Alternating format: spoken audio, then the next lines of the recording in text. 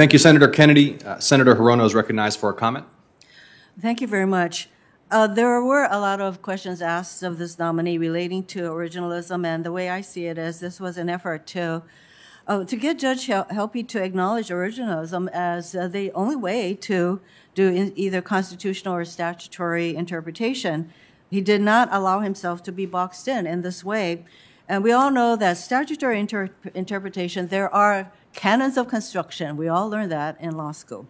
And then as for applying originalism in the constitutional context, if originalism were applied, I think that Obergefell, for example, that protects same-sex marriage would not have been decided in that way. And in fact, it's one of the reasons that Justice Scalia was a dissenter in that case, and one of the reasons that both Justices Alito and Thomas have indicated that they would like to revisit Obergefell. And if originalism were applied, I would say that that really puts into jeopardy the decision in Roe v. Wade, which protects a woman's right to choose. So all of this effort to try to box this nominee in is seen for what it is as far as I'm concerned. Thank you, Mr. Chairman. Thank you, Senator Hirono. Senator Cruz is recognized for 5 minutes.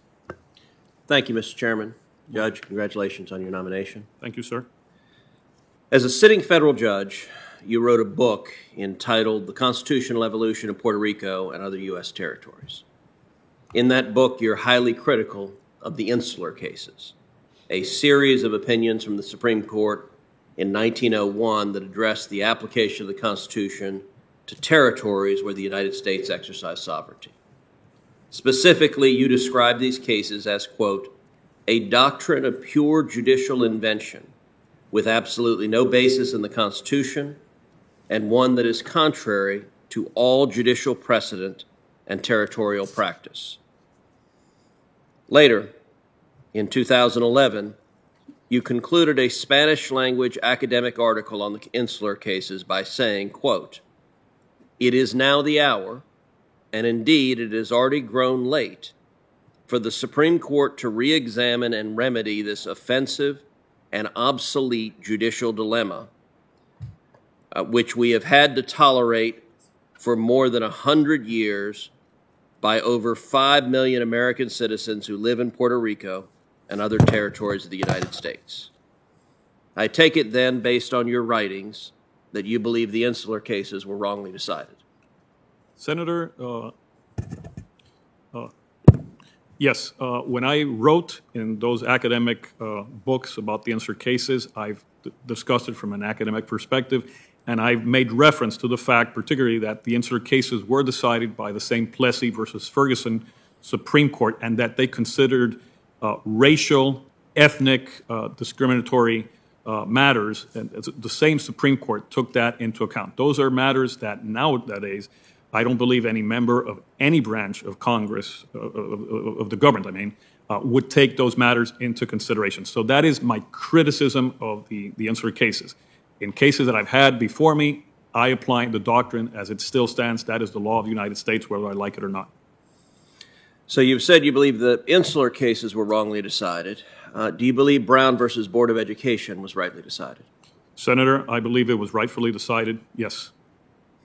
Okay, what about District of Columbia versus Heller? Senator, that is a case that is the law of the land. I have to apply Heller, I have to apply McDonald, and it is the Supreme Court doctrine, which I will apply. Well, I understand that, but that was not the question I asked you. You just told us you believe the insular cases were wrongly decided. You just told us that you not the insular cases. Oh, yes, excuse me, yes, sorry. That you believe the insular cases are wrongly decided. You just told us that you believe Brown versus Board of Education was rightly decided. So I'm asking you what your views are on Heller versus District of Columbia. Was it rightly decided or wrongly decided? Well, Senator, as I mentioned, that is the law of the land, and I am aware that there are other challenges that will be upcoming, and there's one in California. That similar challenge could be before my court or the Court of Appeals. So that is something that, as a sitting judge, and that is a controversy that is live and ongoing, so I should not decide that. But I will apply Heller and McDonald. I can guarantee you that. Well, you were a sitting judge when you wrote about the insular cases, correct? Senator, yes, I have criticized historically the underpinnings of the insular cases, but... Well, not just the underpinnings. You said flat out they were wrongly decided and the Supreme Court should reverse them. That was not just an academic observation. That was calling a decision wrongly decided and saying it should be reversed. Correct. A decision based on racist underpinnings. I agree with you.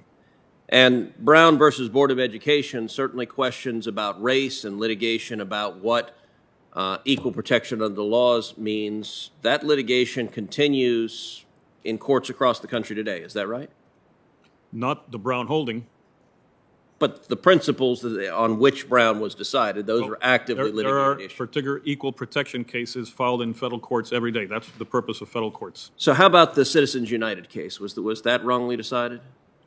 Senator, that is the binding precedent, and that is something that I could have a similar case in the future. But again, that is the law of the land. I have to apply it.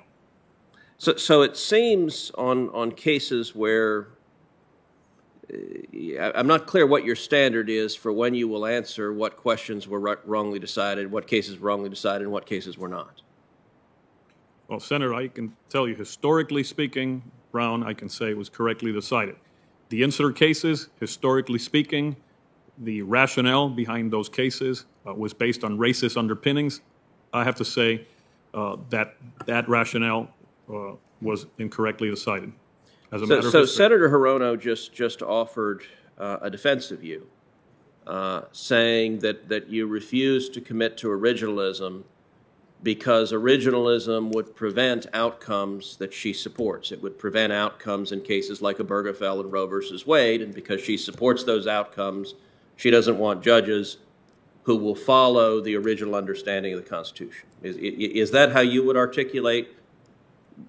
Well, is it right that you don't intend to follow the original understanding of the Constitution? The senator's time has expired. Judge, you may answer the question. Senator, as I mentioned to an earlier question, I will apply originalism, and that is one of the factors or the tests that the Supreme Court has laid out for judges to follow, and I cannot ignore it. I have to follow originalism in the cases where it is appropriate. But do you agree with Senator Hirono's Senator's time has defense expired. that those are the reasons? The senator's time has expired. Senator Padilla is recognized for 5 minutes. You know, this is a committee where we've had a little bit of comedy, and I recognize Chair. that Senator Ossoff is new, but we Chairman. generally don't have the chairman trying to jump in Point 30 of personal seconds privilege, in. Mr. Chairman. Thank you, And I Senator. My recognize time. the chairman The floor may is not mine. want these Senator questions Cruz, the answered. floor is mine.